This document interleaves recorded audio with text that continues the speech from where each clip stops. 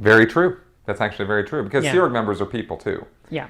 And, they're not just a bunch of automatons. Yeah. And very few of them are actually super, super hardcore No. about they're humans. They're a lot of those Sea Org members that I met, I actually liked, especially the lower level ones, like the course supervisors or the people who help you clear up words. People like that. It was hard to see them get their ass chewed, and I watched that. I watched that flow because I've chewed a lot of asses, and I used to watch, and I would see them back in the back lines, and a lot of people, meaning sort of off of public view. Public view, getting their ass chewed by a senior Sea Org member. Right. I remember one of my friends, Kevin, who was a word clear. This guy was coming to chew somebody's ass, and the courseman thought he was the guy, so he starts at Kevin. So I just kind of nudged in his way a little bit, just to let him know I was there, and he looked at me for half a second, and then Kevin replied to him that he wasn't the guy, and then the guy stormed off. But I just kind of put myself between me and Kevin, because Kevin was my friend. I really started looking at the errors of my ways. I guess that's why I'm saying that, because I was the guy taking people in rooms and shoving all their shit off the desk, and screaming at them how they're not clearing the planet and shit like that. So now you're seeing it from the other side. I'm like going, and I'm also being regged, and it's like not fun. Did you start getting the idea, like a lot of people have described, that there's Scientology, the organization, and then there's Scientology, the subject? And while the subject, and Hubbard himself, who's dead, was good, maybe the organization was being run poorly, or... After sort of looking at my staff experience, my very limited public experience at Tampa and St. Louis, and then kind of with rear views, I could kind of see where things were very tumultuous with management in terms of changing. Like, lots of policies were coming in, and they didn't necessarily seem to relate to the tech. I always thought of the tech as being pure no matter what.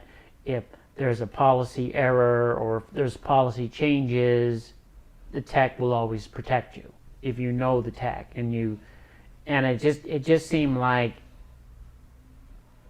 about the fifth rendition of the same book, having to buy it 5 times, and just seeing the heavy push of the IAS, I started getting an inkling that international management was changing.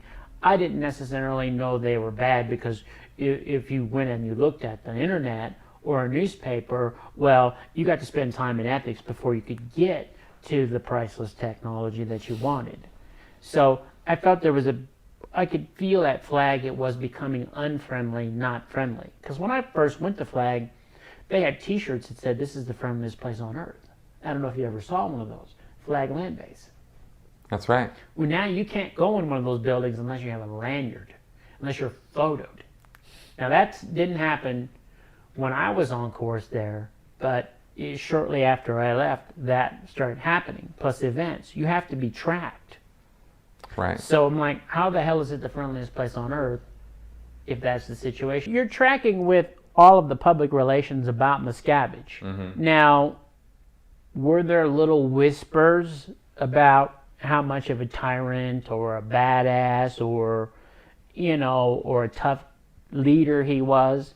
Yeah, there were whispers. There were things. You knew about the Rehabilitation Project Force and how he could order people there, but they must have done something. You didn't really have any...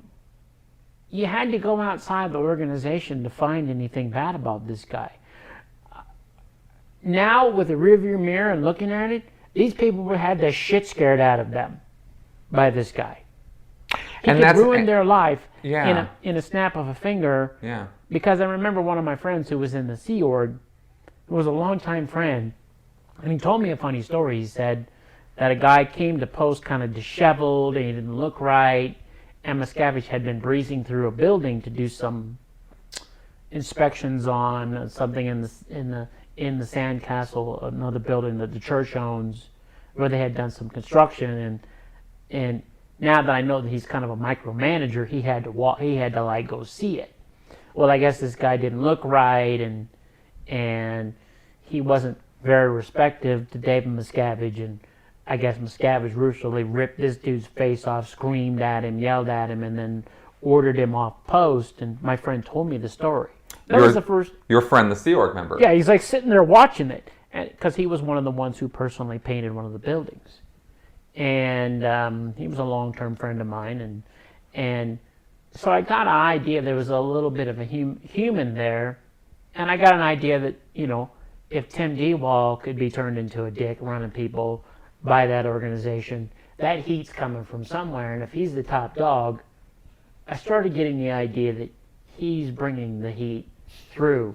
But, you know, again, I'm full scale chugging Kool-Aid, man. 5 gallons, you know, fuck it, man. I'm a Scientologist. The papers are all wrong. The court things are all documented that are bullshit. Anybody says anything against Hubbard or international management just doesn't care. Good. Or they're lying. I'm pretty solidly, you could call me Mr. Church. I was a Scientologist. Well, and that's why I'm asking about it. And I am not now. No, I get that. For the record.